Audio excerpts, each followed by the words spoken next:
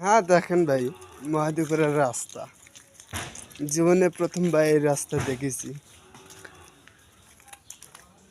দেখেন এই যে খালি কাদোই কাদো, এই কাদোতেই যখন জুতে ছিঁড়িয়া গেছে, ছিঁড়ি গেছে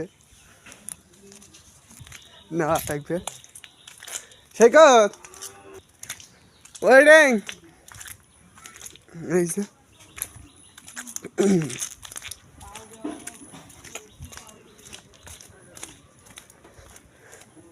ভাই বাইতে বার হন যায় না, বুঝছেন কি অবস্থা হবে ভাই। এই রাস্তা কি জীবনে কি সৈকত সৈকত এই রাস্তা কি জীবনে কি পাকা হবা না? হ্যাঁ ভাই,